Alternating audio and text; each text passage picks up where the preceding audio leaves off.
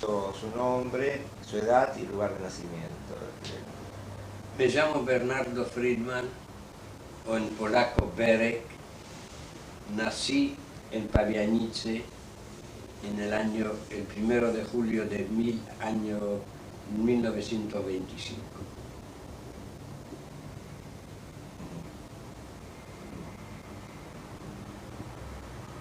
Mi papá tenía un negocio de confección. ¿Cómo se llamaba su papá? Mendel, igual como ¿Y su mamá? Tauba. Tenía un negocio de confección. Sí.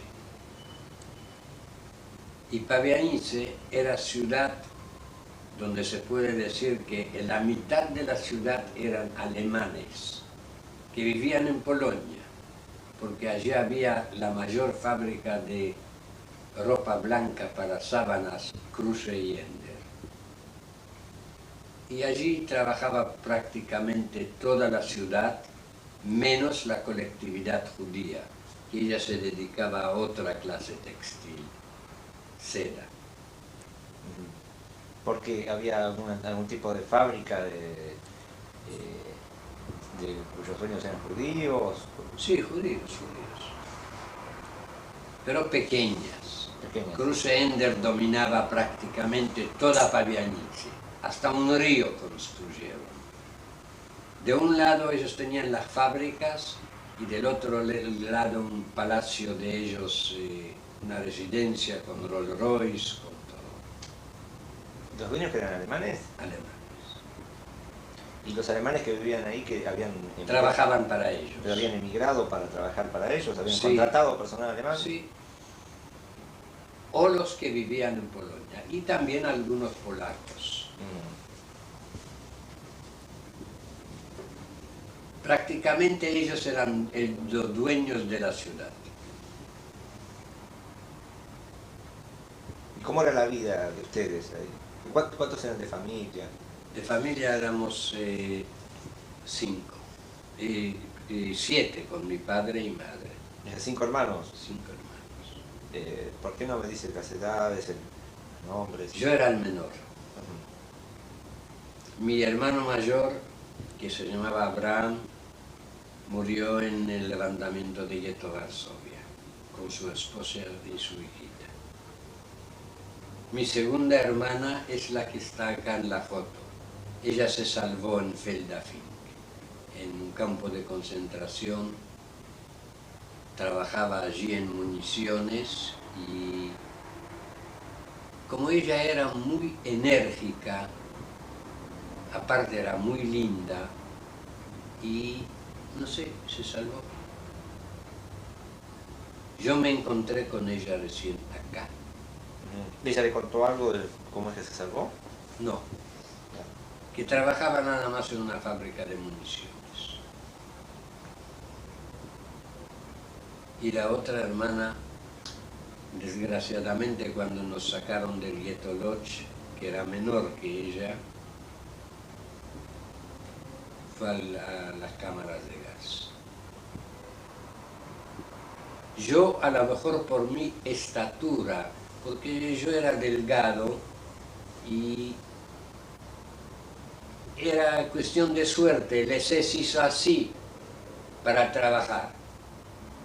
Y lo que hizo así era la cámara de gas. Cuando nosotros llegamos de Ghetto Lodge en el año 44 a Auschwitz, no había lugar ni en las cámaras de gas para quemar, de tanto trabajo, y en una barraca vivían unos 17, 18.000 gitanos reunidos de toda Europa. Y nosotros estuvimos mirando, los sacaron de la barraca y los quemaron vivos. Ellos solo se cavaron las fosas, llenaron con querosén y a punta de bayoneta los empujaban adentro y prendieron. A ver, ¿cómo es? ¿Qué recuerda de eso? ¿Qué más recuerda de eso? De los gitanos. ¿Qué puedo recordar? Que los quemaron todos vivos. ¿Usted vio cómo los quemaron? Yo vi cómo los quemaron. Y nosotros ocupamos la barraca de ellos, porque ellos tenían todavía esas cosas de gitanos, como que ellos hacían de color rojo para el piso, ¿no? Alfombras. Alfombras. Tapices, alfombras. Sí, y cosas de cobre que ellos fabricaban. Eso quedó. Y Ajá. nosotros ocupamos esa barra. ¿Recuerda algo más de los gitanos? A ver, No. ¿cómo eran? Gitanos, no sé, de Hungría, de España, de todos lados de Europa. ¿El trato hacia ellos era...? No, nosotros no vimos trato. La misma noche que nosotros llegamos, Sí. ellos fueron eliminados. ¿Ustedes lo vieron a ellos todavía en las barracas? Sí. Ajá. ¿Hubo resistencia de parte de ellos? Y gritos, pero qué resistencia. Cuando Sí, hacían los pozos, ¿cómo? cuando hacían los pozos, Ellos no sabían para qué hacían los pozos. Eran pozos como grandotes, largos. ¿Qué sabían ellos para qué lo hacían? ¿cómo largos? ¿Era tipo como una trinchera, digamos? Sí, largo? sí, sí, Ajá. sí. Y ellos no sabían para qué lo hacían. No, nadie no sabía nada para qué hiciera. Para que yo le diga, yo tuve un poco de suerte en el campo Mauthausen, porque en Auschwitz no hacíamos nada, era un campo transitorio. De allí nos mandaron a Mauthausen, que era en Austria.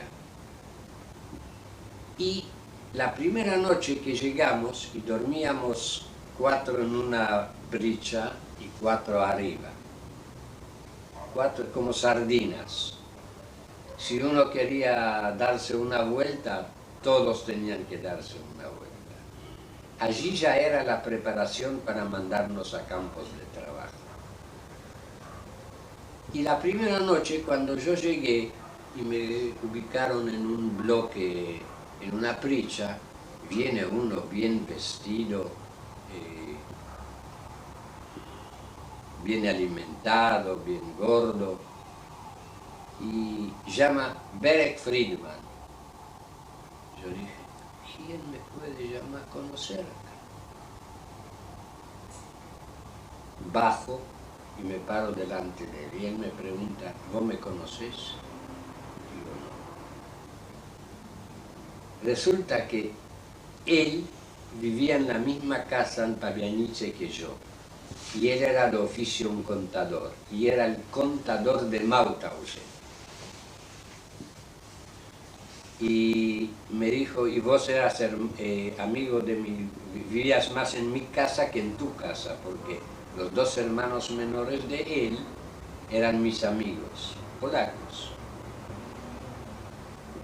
Yo me llamo Czerwiński. Ah, señor Czerwiński, el padre de él era oficial de la policía polaca. Y me dijo, vos no te preocupes, mientras estés acá, no te va a faltar nada. En Mauthausen era sadismo.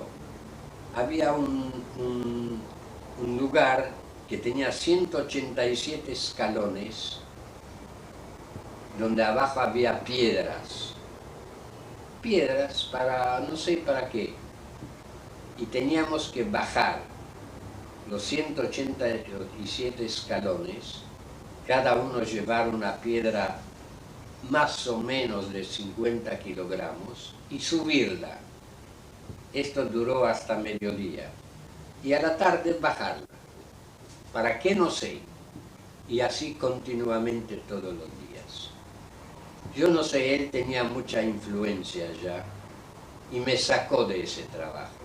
Porque yo la verdad en aquellas condiciones no podía levantar una piedra de 50 kilos y subir 187 escalones. Se caían muertos como moscas. Y gente fuerte, por lo menos más fuerte que yo. Bien, cuando dijo, pasó un mes y él dijo, desgraciadamente tengo orden de mandarlos a campos de trabajo. Yo te recomendaría un campo que es pasable. Pero mi cuñado, el hermano de ese chiquitito que está conmigo en la foto, también pasó por Mauthausen, porque yo lo pregunté y él me dijo, sí, Pincus Rotberg pasó por acá. Y fue al peor campo que existía, Gusen II. Entonces yo dije, yo también quiero ir allá. Yo no te recomiendo, pero si vos querés, andá. Yo te mandaré. Me esperó fuera del campo. Me dio una bolsa con pullovers, con comida, varias cosas, y más no sé nada. Cuando yo llegué a campo, a Gusen II, ¿Por qué vio Gusen II? Porque estaba mi cuñado, y yo quería estar con él. Cuando yo llegué y lo vi, no le puedo decir nada. Todo lo que él me dio, ese Chervinsky, yo le di a él. No tenía ni un pullover y hacía un frío de 30 grados bajo cero. Igual murió a los pocos días antes de terminar la guerra, porque nosotros trabajábamos en Gusen II en hacer túneles, porque allí se fabricaban partes de los aviones Messerschmitt. Pero nosotros no trabajábamos en las fábricas, sino que preparábamos los túneles debajo de las montañas. Quiere decir, sacamos la tierra y después ellos llenaban eso con cemento. Tenían ya un molde preparado a 1 metro de la tierra y algunos tenían que entrar adentro y afuera había máquinas de cemento que fabricaban cemento y se tiraba adentro. Más de uno que de cansancio se quedó dormido, quedó cementado. Y cuando uno faltaba al volver, estábamos toda la noche parados desnudos en el campo Gusen, así como nacimos. Nada más que meando, pillando.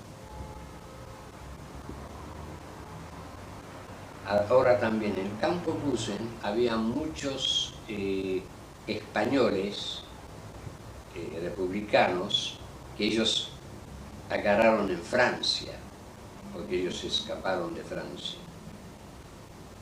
Y entre ellos había un capitán del ejército español que era judío. Él me lo reveló a mí. Ellos no lo denunciaron. ¿Los otros españoles? Los españoles. Y él era el capo del lavadero.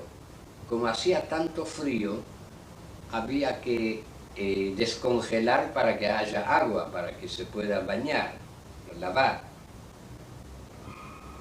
Y era el trabajo de él. Y él me tomó a mí como su ayudante. Mi trabajo era levantarme a las 2 de la mañana y había el único horno así de lata para prender para que se descongelen las cañerías. Y aparte los españoles, ellos dominaban la cocina y no querían comer la comida de la cocina, que daban a nosotros. Por la única razón porque ellos sabían que allí, ellos sabían lo que cocinaban y ponían un polvo que era para no tener deseos sexuales. Entonces ellos me preparaban una bolsa de papa y yo por primera vez, y el trabajo mío era pelarla, cortarla y mientras el horno ardía, pegarla, que se hacía papa frita. Y eso ellos se llevaban a comer, los españoles. ¿Usted comía también eso? Podía comer. No, el trato del capitán español respecto a mí era muy bueno. En lo posible me defendía, porque lo que era Gusen II no se puede describir. Había allí primero que era un campo de criminales, alemanes, polacos y de todo el mundo, criminales. Y lo que ellos hacían era increíble. Para matar a uno o morir era cuestión de segundo. Entre ellos, porque la SS no entraba allá. Tenían miedo de ellos. No sé, se fabricaban cuchillos. Yo vi a uno como mataba a un alemán. Lo mataron a él también, pero era un ruso, prisionero de guerra. Y no sé cómo se fabricó un cuchillo y le dieron 50 palos sobre el cuerpo, que 50 eran 300, porque después de cada palo uno se agachaba y le daban unos 2, 3 extra. Yo también recibí 25 y todavía hoy me duele todo desde eso. 25 eran 100 y 50 eran 300. ¿A este ruso lo mataron así? Él mató al que le daba los palos. ¿Cómo hizo? ¿Qué pasó? Y lo acuchilló. ¿En ese momento mismo? En ese momento mismo. Y no hizo ni un quejido, ni un lamento. Recibía, pero cuando tuvo la oportunidad lo acuchilló. ¿En el mismo momento? Sí. Después lo mataron ellos. Esto era Gusen II. Cuando cuando salían los trenes con los repuestos para los aviones Messerschmitt de los túneles, allí los americanos ya y los rusos dominaban el aire y cada tren era bombardeado. Y allí murió mi cuñado en uno de esos bombardeos. Ellos decían que sacaban para desinfección, pero los pilotos no sabían que en vez de material iban allí gente. Aquella noche murieron 70 en ese bombardeo, y entre ellos. Y ya faltaban pocos días para terminar la guerra. Ya eran tan cerca los alemanes y los rusos que nos sacaron de allá caminando 5 días y 5 noches a un bosque que se llamaba Leonding, donde había 3 barracas para 18.000 personas. Judíos, éramos 100, el resto eran húngaros mayormente, que no sabían que son judíos, llevaban cruces. Pero ellos encontraron que de alguna lejanía eran judíos, tenían alguna ascendencia judía. En 3 barracas 18.000 personas. El que se pudo subir a una viga ya no bajó. Todo lo que tenía que hacer hacía sobre los otros.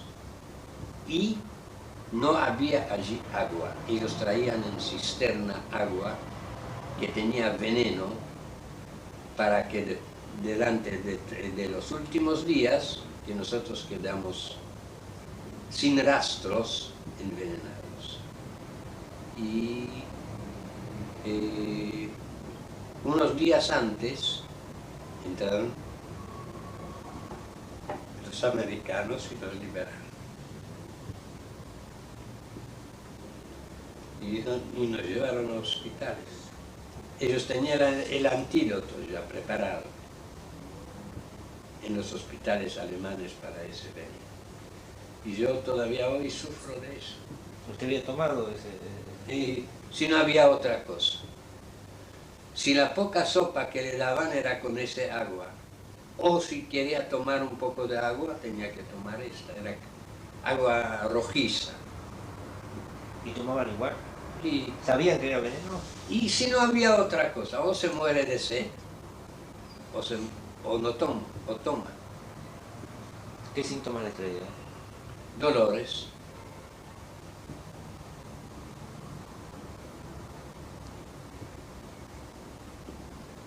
Yo acá cuando llegué a la Argentina, me dijeron esto. Fui al hospital de Pozos y Posadas, creo.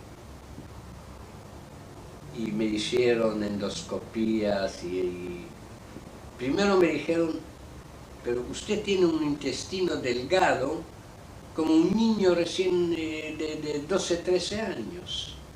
Yo no puedo comer mucho. Si yo como mucho me siento mal. Tengo que comer de a poquito, de a poquito. Porque no se desarrolló. Eso es por no comerlo, por comerlo. Y por no comerlo. Ahora, ¿cómo es el tema del agua y del veneno? ¿Qué más puede contar de eso? ¿Qué más recuerda de eso? Cuando yo le conté eso a mi sobrino, el doctor que hizo informe para los alemanes, ellos lo eliminaron. Tuve que tomar otro doctor, el doctor Baskin, para que haga el informe. El informe de él no quería, porque él directamente los acusó de asesinos. Al doctor Baskin llamaron a la embajada, a él no, a declarar. En general, los informes del doctor Goldberg no tomaban en cuenta.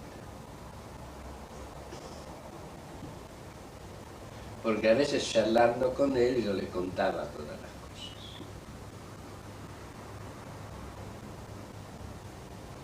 Cuando usted relataba recién el tema del agua y del veneno, tuvo una sensación a nivel físico, parece que... ¿Sigue teniendo molestias todavía? Sí, yo del estómago sufro.